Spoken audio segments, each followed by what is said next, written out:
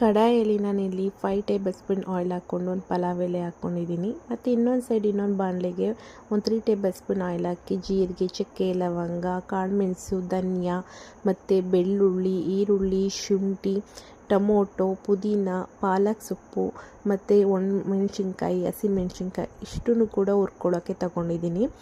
ಮತ್ತು ಇನ್ನೊಂದು ಸೈಡು ನಾನು ಪಲಾವ್ ಎಲೆ ಹಾಕಿದ್ದೀನಲ್ಲ, ಅದಕ್ಕೆ ನಾನು ಕರ್ಬೇವಿನ ಸೊಪ್ಪು ಹಾಕಿ ಮತ್ತು ಚಿಕನ್ ಹಾಕಿ ಒಗ್ಗರಣೆ ಮಾಡ್ಕೊತಾ ಇದ್ದೀನಿ. ನೆಕ್ಸ್ಟ್ ಈ ಕಡೆ ನಾನು ಇದನ್ನು ಸ್ವಲ್ಪ ಅರಶಿನದ ಪುಡಿ ಹಾಕಿ ಅದು ಹಸಿ ವಾಸನೆ ಹೋಗೋಕ್ಕೆ ಚಿಕನ್ ಬೇಯಕ್ಕೆ ಇಟ್ಟಿದ್ದೀನಿ. ನೆಕ್ಸ್ಟು ಈ ಕಡೆ ಸೈಡು ನಾನು ಖಾರ ಮಸಾಲೆಗೋಸ್ಕರ ಮಸಾಲೆ ಎಲ್ಲ ರುಬ್ಬೋಕ್ಕೋಸ್ಕರ ಎಲ್ಲನೂ ರುಬ್ಬಿಟ್ಕೊಂಡಿದ್ದೀನಿ. ನೋಡಿ ಈ ರೀತಿ ಇರುತ್ತೆ. ಇದನ್ನು ನೆಕ್ಸ್ಟು ಚಿಕನ್ ಎಲ್ಲ ಹಸಿ ವಾಸನೆ ಹೋದ್ಮೇಲೆ ಮಸಾಲೆನ ಹಾಕಿ ರುಚಿಗೆ ತಕ್ಕಷ್ಟು ಸಾಲ್ಟನ್ನ ಹಾಕಿ ಬೇಯಿಸಿದ್ರೆ ಆಯಿತು. ಚಿಕನ್ ಕರಿ ತುಂಬಾ ಚೆನ್ನಾಗಿ ಬರುತ್ತೆ, ಟೇಸ್ಟಿಯಾಗಿ, ಈಸಿಯಾಗಿ, ಕ್ವಿಕ್ಕಾಗಿ ಮಾಡ್ಕೊಬೋದು. ನೋಡಿ ಏನು ಸಾಮಾನು ಜಾಸ್ತಿ ಯೂಸ್ ಮಾಡಿಲ್ಲ, ಕಡಿಮೆ ಇಂಗ್ರೀಡಿಯೆಂಟ್ಸಲ್ಲಿ ಬೇಗನೆ ಮಾಡ್ಬೋದು. ನೋಡಿ ಇಲ್ಲಿ ನಾನು ಊಟ ಮಾಡೋಷ್ಟರಲ್ಲಿ ಅಲ್ಲೇ ಅರ್ಧ ಖಾಲಿಯಾಗಿತ್ತು.